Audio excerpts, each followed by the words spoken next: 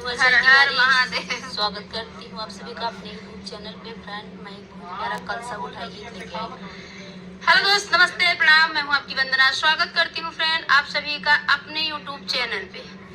एक प्यारा सा छोटा सा कलसा गोठाई गीत लेके, प्यारा सा बड़ा सा बहुत ही प्यारा ननद भाभी का नोकझोंक है कलसा गोठाई गीत। तो फ्रेंड, आप लोग सुनिए कैसे भाभी लालच देती है ननद को और लास्ट में ठेंगा दिखा देती है कुछ नहीं देती है। तो फ्रेंड, ये गीत सुनिएगा और पूरा सुनिएगा। लास्ट में सबसे ज्यादा मजा लास्ट में है। लास्ट तक आप लोग बने रहिए और उसके बाद आनंद लीजिए। गीत को सुनिए। कलसा गोठाई गीत।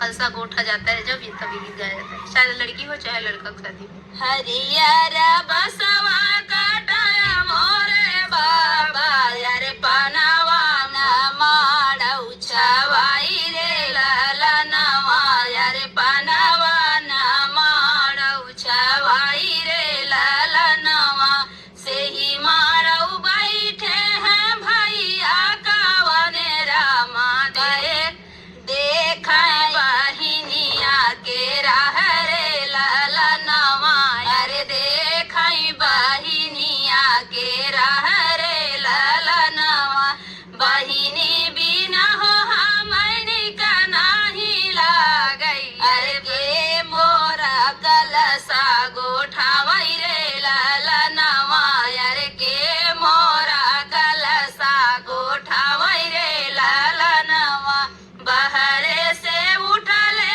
हैं भैया कावने रामा, सोना धनाया रज हमार रे लाला नवा, अरे सोना धनाया रज हमार रे लाला नवा, आवत बाटी धाना हमारी बहिनिया, यार गर्भ बचन जी बोलियो रे लाला नवा, यार गर्भ बचन जीनी बोलू रे लाला नवा, आई है बहिनी दुआरवा पे पहुँची, अरे भैली माड़ुआ में ठाड़ रे लाला नवा, अरे भैली माड़ुआ में ठाड़ रे लाला नवा, बैठऊ नाना नदी हो चंदना पीढ़ैया, अरे गोठऊ कलसवा हमार रे लाला नवा,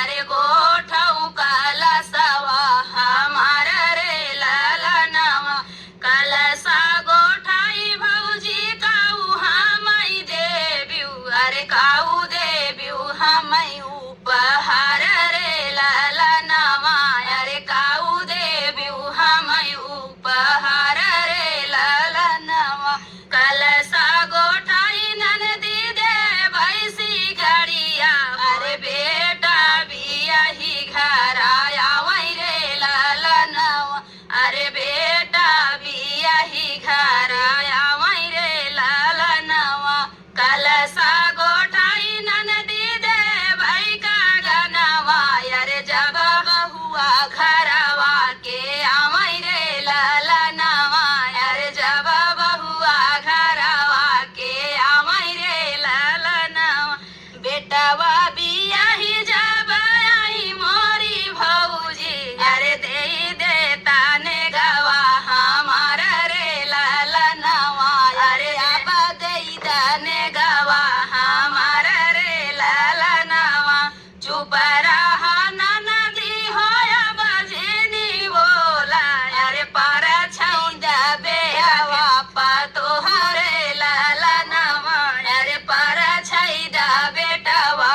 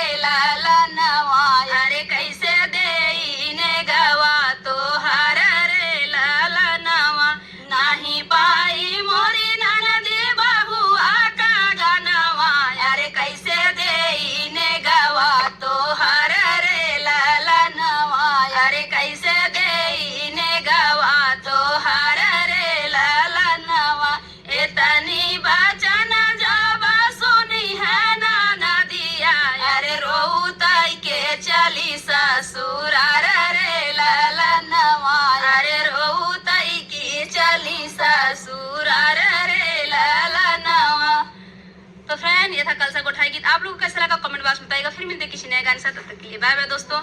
अगर